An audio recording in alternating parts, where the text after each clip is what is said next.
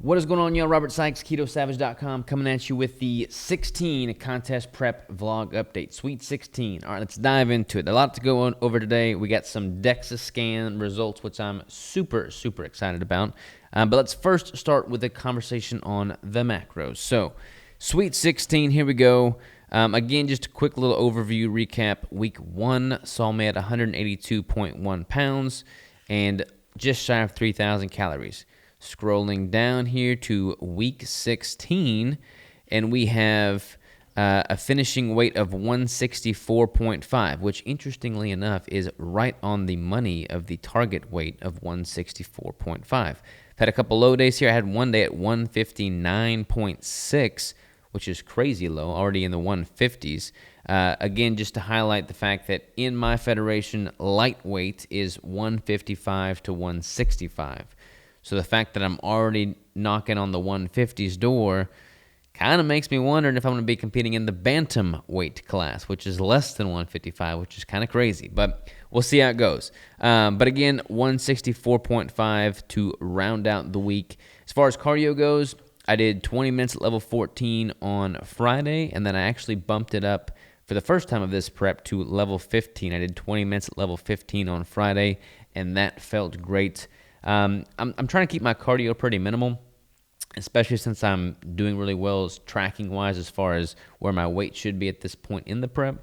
I will say that is the only time that I allow myself to watch YouTube videos. So that's when I can like zone out, watch a YouTube video, and just kind of like get in my own headspace for a bit. So that's actually kind of something to look forward to, which makes me enjoy the cardio, which I don't think a lot of people can say. Plus, I never do more than 20 minutes at a session anyways, and you can do anything for 20 minutes. So, from a macro standpoint, we have 135 grams of dietary fat, 205 grams of protein, and 15 grams of total carbohydrates. That yields about 2,095 calories and a 58.0% fat ratio. So 58% of my total calories are coming from dietary fat. I do not see myself going below about 55% of my total daily calories coming from dietary fat, because at that point, I can tell that I'm nearing my threshold now. I still feel really good, but there's multiple different things that I kind of look for when I know I'm getting close to my protein threshold. Decreased blood ketones is one, which I for sure have noticed. I've been registering 0.3, 0.2, 0.3, 0.4 on the ketones, which is pretty low for me. Increased blood glucose, which I've also noticed. I've been trending higher, like mid-80s, sometimes even 90s, which is, again, quite a bit higher than I typically am at baseline. So increased blood glucose, decreased blood ketones, those are both indicators there. A couple other things are GI distress. So when you're nearing your protein threshold, you're taking in a lot more protein than dietary fat. You can oftentimes notice some GI distress, which I was noticing before I started doing the OMAD approach. So when I was doing the two meals, the brick in one meal and the other meal, that massive bolus of protein was causing some GI distress. So I've since created an OMAD approach and just combined those two meals. That has helped mitigate that because the fats in the brick help slow the absorption of the protein-rich meal. So that's kind of helped, hedge that a little bit. But I can tell that had it not been for that OMAD approach already, I would be experiencing some more GI distress. A couple other things to look for when you're nearing your threshold is increased brain fog. Haven't really noticed that one so much, so I'm going to keep pushing the needle a little bit further. Increased inflammation. Again, I haven't really noticed a whole bunch of increased inflammation. I'm training pretty consistently, no issues there. I had noticed a little bit more crepitus in my knees when I'm doing something like squats, but my knees don't hurt. But I think the reason my knees don't hurt is because I've been much more active on doing some conscious mobility work with the ATG program prior to the training. Had I not been doing that, I probably would be experiencing an increase in inflammation right now. So that's one little caveat there. What are some other things here? So blood glucose, ketones, brain fog, GI distress, inflammation, some extra water retention. Haven't really noticed that so much unless I'm doing something like the traveling. So because I haven't really seen all of these things get worse, I'm going to push the needle a little bit further on the protein. That and the fact that this is going to be a very long prep, and I want to make sure I've got as much protein runway as possible. So I'm going to push the needle a little bit further on the protein, but probably not much further. So that's kind of where we're at now as far as the macros go. When it comes to the foods I've used to comprise these macros, we've got the collagen coffee. I've been doing 2 scoops of that in 2 cups of coffee in the morning, along with roasted marshmallow nut pods. This is like a almond-based creamer. It's not very tasty when you're only doing 3 tablespoons and that much coffee. So I can't say that I'm really looking forward to my coffee, but it is what it is. And then this is labeled as 2 separate meals, but I've been combining the meal 1 and meal 2 for an OMAD approach. So 1 full chocolate peanut butter cup keto brick, and then my meal this week has been 3 whole eggs, 4 ounces of wild-caught salmon, and 16 ounces of ground venison that I killed the year prior. So got some wild game meat in there. And then, 6 packets of the LMNT is pretty typical for me a day, plus one of those hydration packets, which is that Mark Bell's supplement for electrolytes as well, just sodium, potassium, magnesium, but it tastes like hot cocoa, and I've been having that at night as like a nightcap, and it's delicious. So that pretty much brings me to my total calories, hitting the protein right on the head at 135 grams, total carbs 15, protein, or I messed that up, 135 grams of fat rather, protein 202.35 with a goal of 205 grams of protein, so pretty much on target there as well. So all of those numbers are looking good. Now, I want to dive into some body scan analyses. So we've got, I did a couple different forms of body fat testing this week for week 16 with the caliper test. So on the 17th, Monday, I measured 5.05% via the caliper test. So pretty lean via the calipers there. The prior test was in June 20th, so about a month prior, and that was 6.35%. So the caliper test is definitely moving in the right direction. As far as we have some body measurements here, we've got, again, these were also taken on 7/17. Neck 14.25, shoulders 47.75, chest 41.25, biceps unflexed 14, flexed 16.5, belly button 31.25, hips 37.25, thighs 23.5, and calves 15.5. So all the measurements are moving in the right direction. And then I also did an Inbody scan, and let me go to my history there. So on 7/17, the Inbody scan had me at 164.9 pounds, and it had me at a body fat of, let's see here, 3.5%. So that's a little bit of fluctuation. Again, your water and hydration levels can impact that quite a bit.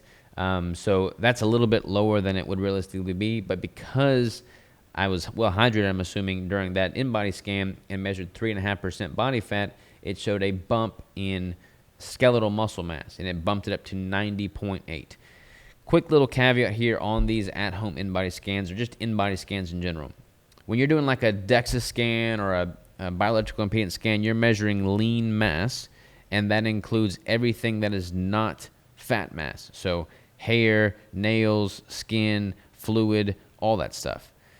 The Inbody, the at-home Inbody, and I think just every brand of Inbody, shows that as skeletal muscle mass, not lean mass. I'm sure it shows, depending on how they break this up, but it shows it as skeletal muscle mass in my app right here, skeletal muscle mass. It shows an increase from 88.4 to 90.8 pounds of skeletal muscle mass.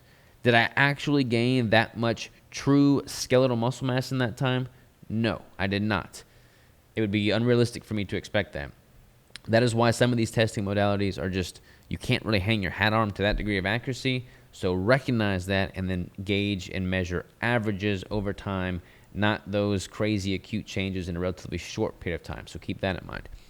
And I decided, since I got the caliper test and I got the Inbody, might as well go all out and get a full-blown Dexa scan, because I was in Little Rock speaking at a conference, and that's where I get my Dexa scans. So I was able to get a Dexa scan. Let's go over that right now. Again, Dexa scans are quote-unquote the gold standard, apart from an MRI, as far as what you can do to measure body composition. So here's my Dexa scan, And let's see here.